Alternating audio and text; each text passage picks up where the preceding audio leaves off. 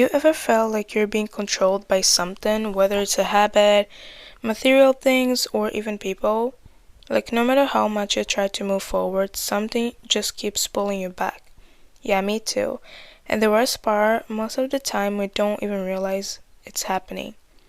So today we're talking about what owns us, whether it's objects, toxic people, or even our own mindset, and most importantly, how to take back control. And before we get into it, real quick, my Notion template is only $2 each. They'll help you get your life together, stay organized, and stop letting distractions own your time. You can find them on my Careless Podcast Instagram. Now let's get into it. For the longest time, I was super materialistic. Every time I bought something, I'd love it for 2 weeks, then get bored. I kept buying more, thinking owning more will make me feel better.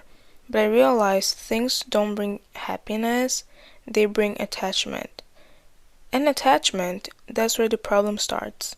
We attach emotions to objects. Maybe it's security, maybe it's status, maybe it's nostalgia. But the truth is, when you can't let go of something, it owns you. I used it to hold onto clothes I didn't even wear just because I felt attached. It took me months to start letting go, and it's still hard, but now I remind myself I'm not using it. Someone else could need it more, than me. The mindset shift changed everything. Things not to do when you're trying to let go of material things is keep things just because I may need it someday. Let guilt stop you from donating or selling things.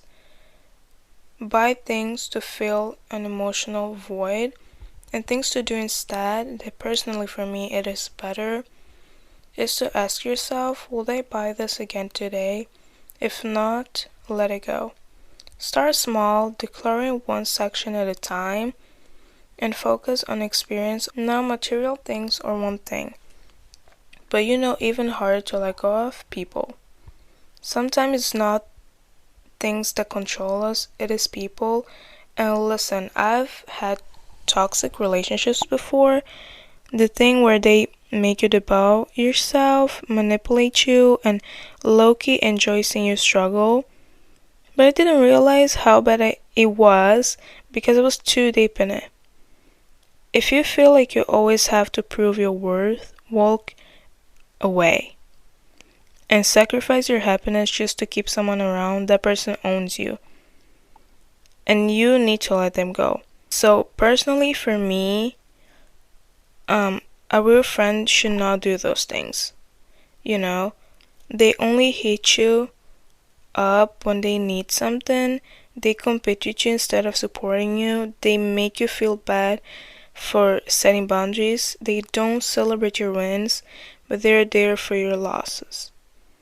If you relate to this, I need you to hear this. Letting go of toxic people isn't losing something. It's getting your peace back. Things not to do when dealing with toxic people is keep justifying their actions. Wait for them to change, because you cannot change somebody. They will never change. Let them guilt trip you into staying. Things to do instead is to set boundaries and stick to them. Distance yourself emotionally before you cut them off.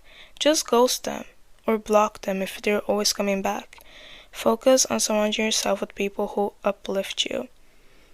Ever been in a situation where something feels off, but you can't quite explain it? Like they make you question about yourself, but in a way that makes you think you're the problem? That's manipulation. They make you doubt your own memory or feelings. They shift the blame and never take accountability. They guilt trip you when you try to set boundaries. They only act nice when they need something. If any of this sounds familiar, trust your gut. Real friends don't make you feel controlled. Real love doesn't come with conditions. And you do not owe anyone access to you if they don't respect you. Letting go isn't easy at all, whether it's a toxic person, a bad habit, or even material things. We hold on to them because they're familiar. But just because something is familiar doesn't mean it's good for you. When you're trying to let go, do not do those things. Wait for the right time, because there isn't one. There isn't the right time. Keep making excuses for why you need to hold on. So, when we love someone so much and deeply, we will always ignore the red flags. Even if it is a friend, a partner, a family member, it doesn't matter. We will always ignore the red flags because we love them so deeply that we don't want to accept that they're treating us bad and not how we should be treated. And so I remember I had a friend, I always ignore her red flag because I was alone, and she came to me, she was like, oh, we can be friends and stuff. But I didn't realize that she was using me. And all the girls hated her. Like, everybody hated her. And I was the only one around her because I thought, like, oh, she really wants to hang out with me, and she doesn't make me the ball by myself. And I remember one time she always embarrassed me for some reason, and she was just fake, and I didn't see red flags until I started to hate on her because she left me without saying even a goodbye. And I was just like, girl, but let's not get into it. And things to do instead is make a clean break. Don't half let it go. Fill the empty space with something positive, new habits, new people, new goals. It may take time for you to adapt to, for example, a new habit or someone new in your life. It will take time for you to get comfortable. But when you feel like they don't judge you at all, it will be so easier. Because I remember my new friends. They're new. I'm friends with them like for 1 year now. They don't make me the bomb myself. Don't make me the bomb by myself at all. And I'm just so comfortable around them. I don't feel like this guilt of saying everything. And even if I say something dumb, I just feel like they will not judge me.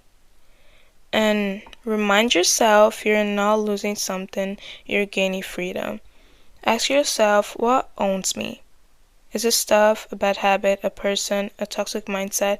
Because whatever controls you, you have the power to take it back. Because you have a free will.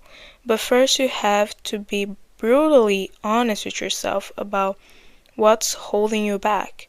So that's your challenge this week. Identify one thing you need to let go of and take the first step.